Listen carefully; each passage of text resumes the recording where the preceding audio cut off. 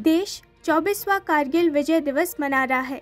देश के रक्षा मंत्री राजनाथ सिंह द्रास के मुख्य कार्यक्रम में मौजूद रहे। इस दौरान उन्होंने कारगिल युद्ध स्मारक पर पुष्पांजलि अर्पित की और युद्ध में अपनी जान गंवाने वाले सैनिकों को श्रद्धांजलि दी। वहीं उन्होंने वीर सपूतों को याद भी किया। साथ ही अपने संदेश से राजनाथ सिंह पाकिस्तान दो टूक जवाब भी दिया।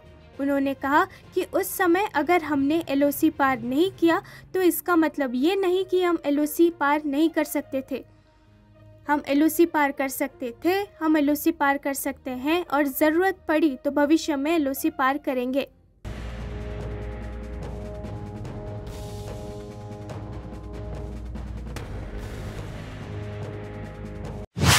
मणिपुर की स्थिति को लेकर संसद में चौथे दिन भी गतिरोध बना रहा।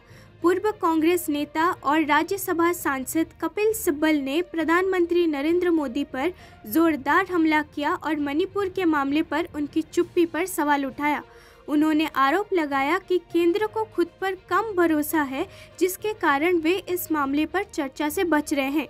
इस सरकार को संसद में आकर अपनी बात रखने का आत्मविश्वास नहीं है, उनका ये कहना है। वे इतने दिनों तक चुप क्यों थे? CGI की टिप्पणी के बाद प्रधानमंत्री ने मणिपुर के हालात पर बात की। साथ ही उन्होंने मणिपुर की स्थिति से दूसरे राज्यों की भी तुलना की। मणिपुर के वायरल वीडियो में जो हुआ वो निर्भया केस से भी बदतर था। हालात अभी भी वैसे ही बने हुए हैं जैसे निर्भया केस के दिनों में थे। केंद्र को सदन में आकर मामले पर चर्चा करने के लिए खुद पर पर्याप्त भरोसा नहीं है। मंत्री जी को कि सरकार को इतना भी कॉन्फिडेंस नहीं है कि सदन में आके अपनी बात रखें और बताएं कि इतने दिन वो मौन क्यों थे, और जिस तरह से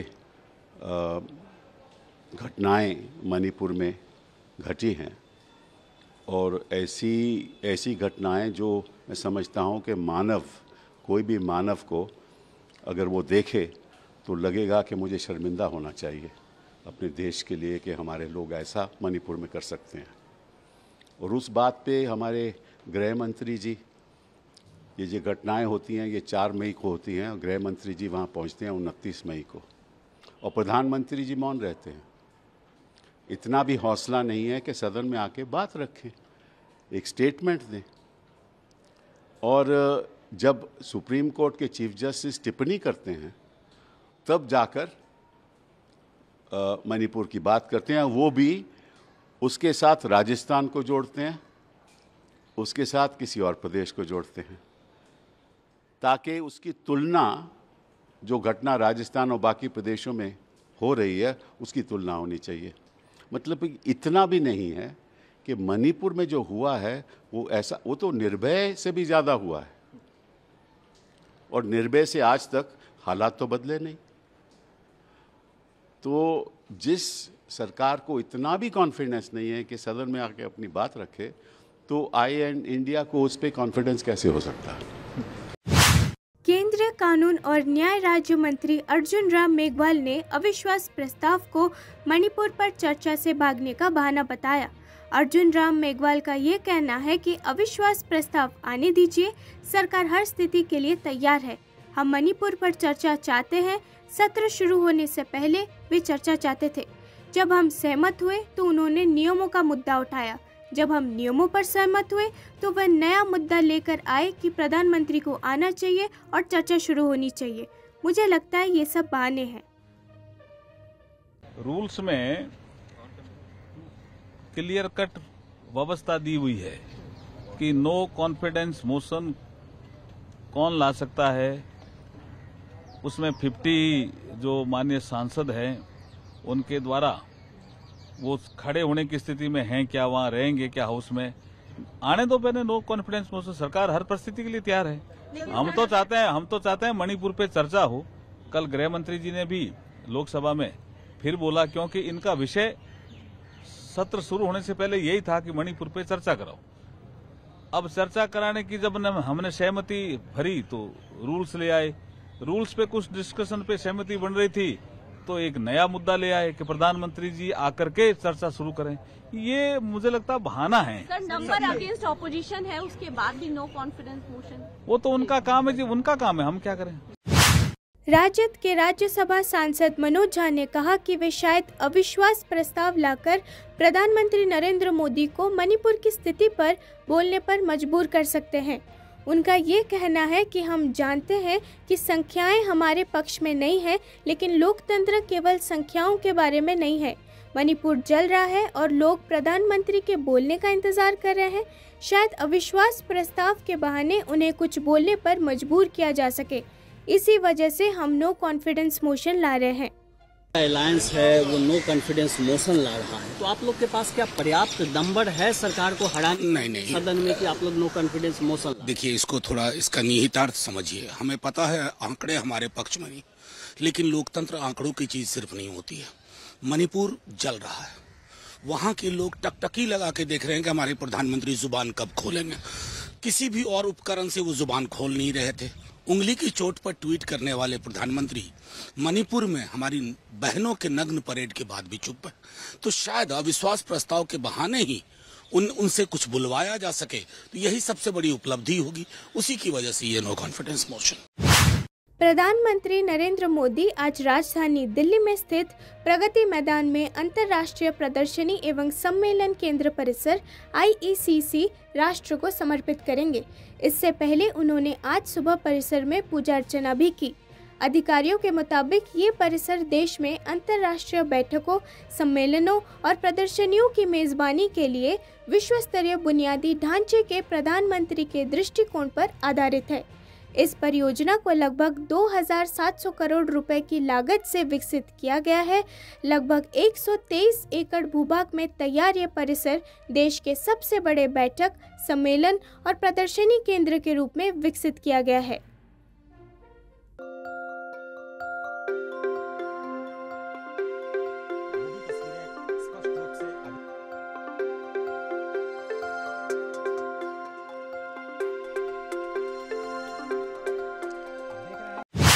संसद में अविश्वास प्रस्ताव पर बोलते हुए शिवसेना के नेता संजय राउत ने कहा कि भाजपा के नेतृत्व वाली केंद्र सरकार के पास संसद में बहुमत है, लेकिन वो धोखा दे सकती है। संजय राउत ने कहा, ये सरकार को हराने के बारे में नहीं है। उनके पास बहुमत है, लेकिन ये धोखा देने वाला हो सकता है। हमारे पास बहुमत नहीं है, लेकिन हम जो बातें करना चाहते हैं उन्हें उठाने के लिए एक मंच बना रहे हैं। मोशन ला रहे हैं, क्या आप लोग के पास इतना नंबर है कि सरकार को हरा पाइएगा? देखिए, सरकार की हराने की कोई बात नहीं है। उनके पास तो बहुमत ही बहुमत है, लेकिन बहुमत बड़ा चंचल होता है।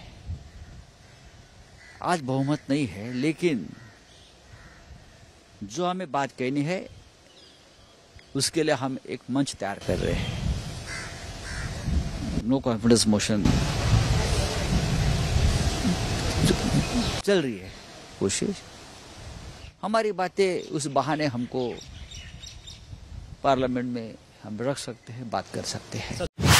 कांग्रेस संसदीय दल की अध्यक्ष सोनिया गांधी ने आम आदमी पार्टी के सांसद संजय सिंह से मुलाकात की।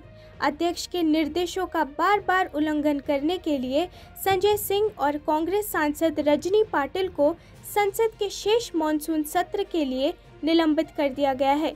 सोनिया गांधी ने 20 जुलाई को प्रधानमंत्री नरेंद्र मोदी से मणिपुर की स्थिति पर सदन में चर्चा का आग्रह किया था। उन्होंने संसद से मॉनसून सत्र के पहले दिन सदन की कार्यवाही शुरू होने से पहले ही प्रधानमंत्री से बातचीत के दौरान ये मांग की।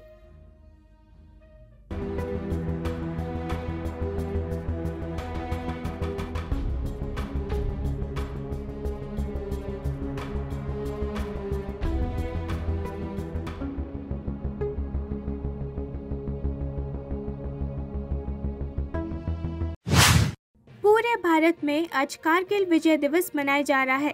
दिवंगत कैप्टन विक्रम बत्रा के भाई विशाल बत्रा, जिन्होंने 1999 में भारत पाकिस्तान युद्ध में देश के लिए अपना जीवन लगा दिया, वो कारगिल युद्ध स्मारक पर समारोह में शामिल हुए। विशाल बत्रा ने मीडिया से बात करते हुए कहा कि वो कारगिल विजय दिवस पर भारतीय सेना और अपने दिवंगत भाई पर रक्षा मंत्री राजनाथ सिंह के भाषण से बहुत प्रभावित हुए।